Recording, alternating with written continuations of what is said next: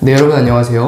보이는 라디오 외국어의 진행을 맡은 김세준. 네, 북쌤입니다. 네, 오늘은 다시 문학 용어를 정리해보는 시간을 갖도록 하겠습니다. 지난 시간에 현대시 관련해서 문학 용어들을 좀 점검을 해봤던 것 같은데요. 오늘은 또 문학에서 빠질 수 없는 장르 중에 하나죠. 소설 관련해서 용어 정리를 한번 해보려고 합니다. 오늘 선생님께서 여러 가지 용어에 대한 준비를 해주셨는데요. 굉장히 많이 문학 작품에서 나오는, 또 문학 문제에서 나오는 용어들입니다. 용어들을 한 번씩 읽어보면서 이게 어떤 뜻인지, 왜 중요한지, 어떤 곳에서 활용되는지 등을 함께 점검해 볼 수 있는 시간이 되었으면 좋겠습니다. 네, 선생님 시작해 주시죠.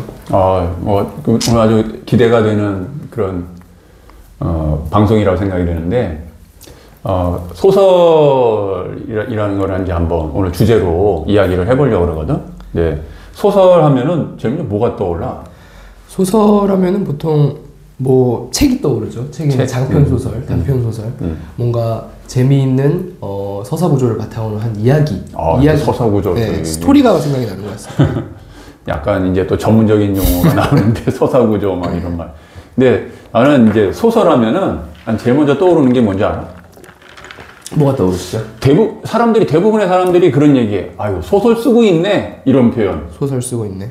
그러니까 근데 그 표현이 어느 때 사용되는 거냐면, 왜 자꾸 쓸데없는 소리 하냐, 말을 이렇게 지어내냐, 그리고 허무맹랑한 소리를 하면은 이제 소설 쓰고 있네. 실제로 그게 사전에 나오는 얘기야.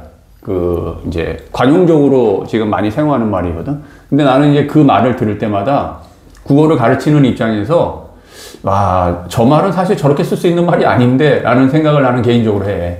그러니까 허황된 얘기, 만약에 내가 어제 나 달나라 갔다 왔다? 그러면 아유, 소설 쓰고 있네. 이제 뭐 이런 얘기거든. 근데 사실 내가 이제 수능을 가르치면서 그 다음에 수많은 학생들하고 같은 소설을 읽어보지만, 달날에 갔다 온 뭐 이런 아주 허무맹랑한 얘기, 그러거나 아니면은 아주 쉬운 얘기들은 우리가 접했던 소설하고는 전혀 관계가 없다. 그러니까 소설처럼 이렇게 이해하기 어렵고, 그리고 우리가 접하는 그런 내용들을 쭉 살펴보면은 정말 이해하기가 참 난해한 것들이 너무나 많았거든? 그런 생각 안 드니, 혹시? 충분히 들죠. 저는 몇 가지 실제로도 꼽을 수 있을 것 같은데요. 소설이라는 것 자체가 마치 소설 이퀄 픽션이다, 그래서 허무맹랑하고 황당한 이야기다라고 취급하기보다는 저는 소설 자체가 굉장히 깊은 문학이라고 생각을 합니다. 어째 이렇게 보면은 뭐 고전시가 이런 것보다도 훨씬 현대소설이 깊은 매력을 갖고 있다고 생각을 하는데, 현대소설 중에서 좀 난해하다라고 손꼽을 수 있는 작품은 지난 영상에서도 수도 없이 얘기했지만 저는 크게 두 편 정도를 꼽을 수 있을 것 같습니다. 서정인 작가님의 강이라는 작품, 아마 2017학년도 10월 모의고사, 6년도 10월 모의고사에 나왔던 서정인의 강이라는 작품과 2024학년도 대수능에 나왔던 박태원 작가님의 골목안이라는 작품, 이 두 작품 같은 경우는 우리가 익숙한 문체인 현대 한글로 쓰여졌음에도 불구하고 소설 자체의 구조를 파악하기가 매우 어려워 보이는 그런 소설들이었기 때문에 나름대로 이렇게 간단하게 치부할 문제는 아니다라고. 그럼 특히 소설가들은 한 문장 한 문장을 만들어내려고 정말 산모가 아이를 출산하듯이 그런 고통과 또 많은 생각을 통해서 문장들을 만들어내는 거고, 그리고 어떠한 분은 유명한 소설 작품을 자기가 실제로 이렇게 다 써봤다 그러거든. 그러니까 내가 굉장히 존경하는 소설가의 작품을 실제로 자기가 한번 다 써본 거야. 필사를 해본 거야. 그러니까 그럴 정도로 왜 그런 이유는 뭐냐면, 이제 그분의 문체라든지 여러 가지를 내가 한번 접해보고 싶다라는 거지, 한번. 그러니까 그 정도로 심혈을 기울여서 만드는 문장들이기 때문에 충분히 배워야 될 어떤 가치가 있고, 그리고 우리 어떤 삶에 적용하기에 굉장히 부족함이 없다, 이런 생각이 들거든. 그러면은 만약에 이제 소설을 우리가 공부를 할 때, 그럼 이제 우리가 대학에 가서 전공을 하는 사람들도 쉽지 않겠지만, 그냥 단순히 시험을 준비하고 그 다음에 중학교, 고등학교 학생들이 소설이라는 거를 많이 접하는데, 그럴 때 이제 필요한 것들이 뭐가 있을까, 이런 거를 한번 생각해보는, 많이 오늘 시간이 좀 부족하면 또 다음 시간에도 한번 좀 더 그거를 이렇게 늘려서 이야기를 해보면 어떨까 싶은데, 소설하면은 가장 먼저 생각나는 혹시 그 어휘가 있을까? 저는 소설하면 뭐 일단은 저번 거 얘기했잖아. 예, 서사라는 서사 말. 구조라는 말, 그다음에 인물 사건 배경 이 정도 생각나는 것 같은데 어떻게 보면 서사 구조가 훨씬 좀 더 포괄적인 개념이고 메인이라고 생각합니다. 왜냐면 이제 문학에서 여러 관례를 나눌 때 이 소설을 이제 서사 관례라고 나누잖아. 그래서 이제 서사라는 말을 한번 집중을 해서 살펴봤으면 좋겠고, 그러니까 서사라는 게 과연 뭐냐? 그러니까 이제 서라는 말이 이게 펼치다라는 뜻이거든.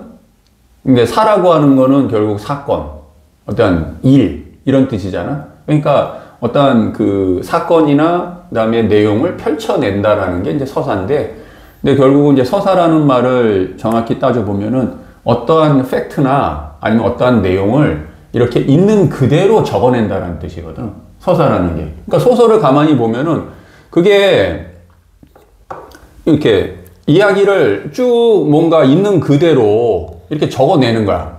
그거를 이제 우리는 읽어서 이해를 하는 거고. 그래서 그 서사라는 말을 한번 생각을 해보고, 그리고 이제 우리가 오늘 소설을 다루지만, 그러면 소설이라는 거는 과연 또 뭐냐 이거야. 소설 어떻게 정의하면 좋을까? 소설.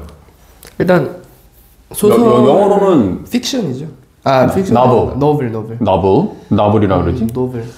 근데 소설이 과연 뭐냐 이거지. 소설에서의 가장 핵심적인 내용이 뭐냐라는 물음에는 허구의 이야기라는 게 좀 핵심이 되지 않을까라는 생각이 들어요. 일단 허구의 이야기를 쓰는 것이라는 게 핵심이 될 것이고, 물론 뭐 실제 사건을 기반으로 한 소설도 있지만 보통은 허구의 이야기다라는 특징이 있을 것 같고, 인물 사건 배경을 기반으로 한 서사 구조로 이야기가 전개된다라는 점 정도로 꼽을 수 있을 것 같습니다.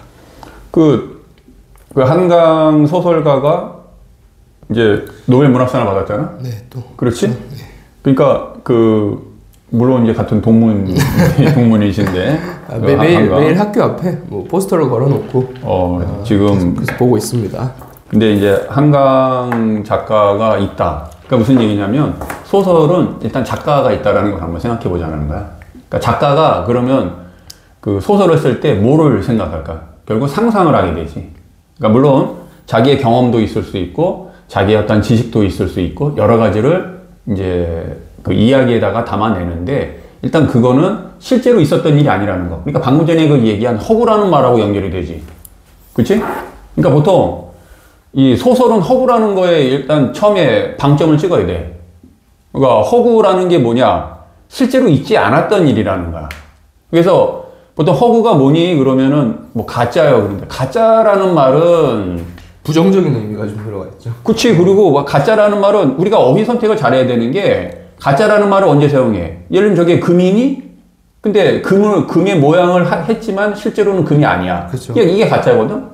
그러면 소설이 가짜냐? 그러면 이거는 그런 의미가 아니라 지어낸 이야기라는 거지. 그러니까 지어냈으니까 가짜죠. 그럼 그거는 좀 소설을 이해할 때는 특히 이제 우리가 어떤 뭐 지어낸 창작이라고 하는 거, 그건 창작의 개념인 거지, 창작. 그러니까 물론 실제로 있었던 일도 소설화 할 수가 있어.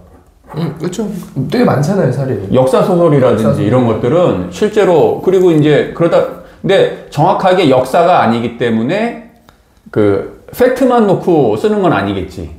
하지만 예를 들면 박시전 같은 경우는 고전 소설이긴 하지만 병자호란이라고 하는, 그리고 거기서 실제로 나오는 뭐 용골대라든지 뭐 그런 이름들을 보면은 역사적 사실로 나오거든. 거기 뭐 김자점도 나오고 막 이러잖아. 그런 이야기들을 보면. 그러니까 그런 사실과 그 다음에 작가가 만들어낸 그런 것들이 이제 혼합될 수도 있고, 어찌됐든 간에 소설이라고 하는 거에서 가장 중요한 개념은 작가가 자기가 상상을 해서 창작을 하는 그런 스토리라는 거. 근데 이제 이걸 어떻게 쓰느냐? 산문체로 쓴다라는 거지. 그러니까 산문이라고 하는 거는 이제 어떻게 이해를 해야 되냐면은 운문이라는 거하고 대비를 시키는데, 그러면 운문이라고 하는 거의 대표적인 게 시잖아. 근데 시는 형식이 있다라는 거야. 그게 밖으로 드러나든 아니면 안에 있든. 그래서 이제 외형률 내재율로 나누지만 산문이라고 하는 거는 그러한 형식이 없다라는 거거든. 그래서 글을 계속 쭉 펼쳐 나갈 수 있는 그런 형식으로 쓴 게 이제 소설이라는 거고, 그래서 좀 아까 얘기한 그런 허구라는 말, 굉장히 중요한 말이고, 그리고 소설에서 하나 또 중요한 그 어휘 중에 하나가 개연성이라는 말이야. 그래서 그 개연성이라는 거를 한번 잘 생각을 해야 돼. 왜냐면 이게 실제로 시험에서도 많이 출제가 되고, 그리고 개연성이라는 말이 나왔을 때 이게 도대체 무슨 말인지 이해가 안 되는 그 친구들이 굉장히 많거든. 그래서 개연성이라는 거 한번 설명해 볼 수 있을까? 개연성이라는 거는 가장 정말 초등학생들도 알아들을 수 있게 설명하면 말이 된다. make sense. make sense. make sense. 그러니까 소설이 아무리 허구라고 하더라도 사실이 아니었던 이야기를 꾸며낸 것이라고 하더라도 전혀 말도 안 되고 황당한 이야기들로만 이루어져 있다는 뜻은 아니거든요. 소설 나름대로 그 내부에서 그러한 일들이 왜 일어나는지, 일어났다면은 그 일에 영향을 받아서 다음 일이 어떻게 일어나는지 이렇게 make sense, 말이 돼야 된단 말이에요. 그렇지. 갑자기 이 얘기했다가 계속 뜬구름 잡는 얘기만 하면 그건 이제 소설이라기보다는 그냥 뭐 주치자가 쓴 어떠한 그런 글처럼 보일 뿐이기 때문에 그러니까 반드시 개연성이 필요합니다. 그 흔히 이제 제가 아까 처음에 얘기했지만 아유 소설을 쓰고 있네. 그 소설을 쓰고 있네라고 약간 비아냥거리듯이 얘기할 때 가장 부족한 게 뭐냐면은 개연성이 부족한 거거든. 그렇죠. 그러니까 실제로 일어날 수 없는 일을 이야기할 때 우리는 흔히 소설을 쓰고 있네 그렇지만 실제로 그런 일들은 소설로 쓸 수가 없어. 일반적으로 소설로 쓸 수가 없어. 무슨 얘기냐? 개연성을 갖추지 않는다면은 그 소설을 누가 읽냐 이거야. 그렇죠. 소설이라는 것도 읽을 사람이 있어요. 그게 소설이 있어요. 그럼. 아무도 안 읽으면. 근데 만약에 내가 뭐 소설을 쓰는데 소설의 내용이 뭐 주인공 하나가 뭐 안드로메다 갔다 와가지고 그래가지고 수능을 봤다는 둥 뭐 이런 식으로 이상하게 그거는 정신 분열 증상을 보이는 거지 소설이라고 우리가 받아들일 수는 없거든. 그러니까 이 개연성이라고 하는 게 굉장히 중요한 거다. 왜냐면 저렇게 있을 법한 일이구나. 그러니까 저게 가능하겠구나. 그래서 우리한테 뭔가 뭘 가져오느냐 보편적인 진실을 가져오게 된다는 거야. 그러니까 이게 허구임에도 불구하고 소설을 왜 읽냐 이거지. 저건 사실이 아닌데요. 그러니까 사실이 아니라고 하는 건 팩트를 얘기하는데 팩트도 아닌 거를 우리가 그러면 왜 굳이 저걸 읽느냐. 왜? 저걸 통해서 작가의 어떤 그런 보편적인 진실 그런 것들을 우리가 이제 받아들이고 깨달을 수 있기 때문에 그래서 이 소설에서 구성하는 데 있어서 굉장히 중요한 어떤 요소 중에 하나가 이제 허구라는 거하고 그 다음에 이제 개연성 이런 것들을 충분히 이해를 하고 소설을 읽는다면은 훨씬 더 이제 이해하기가 좀 쉬울 거라고 생각이 들어. 네. 그러면 어떻게 이제 시간 관계상 슬슬 오늘 여기까지만 랩업을 좀 해보도록 하겠습니다. 뭐 마지막으로 제가 몇 마디 정리하면서 마무리를 짓자면 오늘은 이 영상을 관통하는 하나의 메시지는 소설에 대해서 우리가 가지고 있었던 오해랑 좀 접목이 돼 있는 것 같아요. 소설은 가짜다, 소설은 쉽다, 소설은 별거 아니다 이런 여러 가지 개념들을 함께 좀 이야기를 해보면서 실제로 소설은 굉장히 예술성이 높은 문학 작품이고 우리가 그렇게 가벼이 여겨서는 안 된다는 사실을 다시 한 번쯤 우리가 상기하게 해준 그런 좋은 계기가 아니었나. 맞아. 그래서 오늘 소설에 대해서 한번 이제 지금 아마 전국의 고등학생들 또 중학생들 또 수많은 소설 작품을 수업 시간에 아마 지금 다루고 있을 거야. 뭐 중학생이든 고등학생이든 이제 많은 소설 작품들을 다루고 있을 텐데 뭐 소설이라는 게 한번 뭔지 이렇게 생각을 해보고 다음 시간에는 그럼 미리 예고를 하지 뭐. 소설에 필요한 또 우리가 이해하는 데 있어서 또 시험을 보는 데 있어서 어떤 개념들이 필요한지 좀 구체적으로 한번 하나하나 다뤄보면서 네네. 다음 시간도 한번 준비를 해보지 뭐. 다음 주에는 또 그 방송으로 그렇지. 진행하도록 하겠습니다. 네, 오늘 영상은 여기서 마치도록 하겠습니다. 시청해주신 여러분 감사합니다.